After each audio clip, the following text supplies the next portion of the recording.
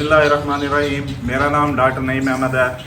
आज मुझे एक कॉल रिसीव हुई है। एक फार्मर है, उनकी कंप्लेन ये थी कि उसका जानवर तकरीबन 2 से 3 दफ़ा हीट में आ चुका है, लेकिन वो ठहरा नहीं है। उसको इंसेमिनेट भी करते रहे हैं, वो ठहरा नहीं है। जब मैंने उसका ड्यूरेशन पूछा कि कितनी ड्यूरेशन में आपका जानवर हीट में आया, तो उसने बताया कि तकरीबन 10 से 15 दिन के गैप में वो बार बार हीट में आ रहा है।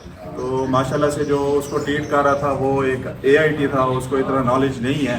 तो उसने यानी कि ना हर हीट पे जानवर को इंसेमिनेट करना शुरू कर दिया, बजाय इसके कि वो इसको डायग्नोज करता कि ये कंडीशन है क्या। तो आइए मैं आपको इस कंडीशन के बारे में बताता हूँ। बेसिकली ये एक सिस्ट होती है जिसको हम फॉलिकुलर सिस्ट कहते हैं। इसी कंडीशन में जो है ना जानवर में बार बार जो है ना हीट जानवर में आती है, और उस हीट का जो दौरानिया होता है वो तकरीबन यही होता है 10 दिन में आ जाता है, 12 दिन में आ जाता है।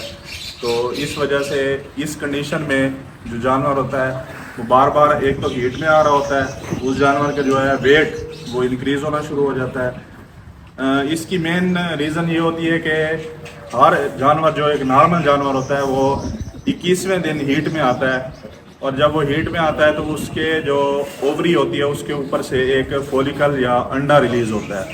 तो जब वो स्पर्म के साथ मिलता है तो वो जानवर आपका प्रेग्नेंट हो जाता है।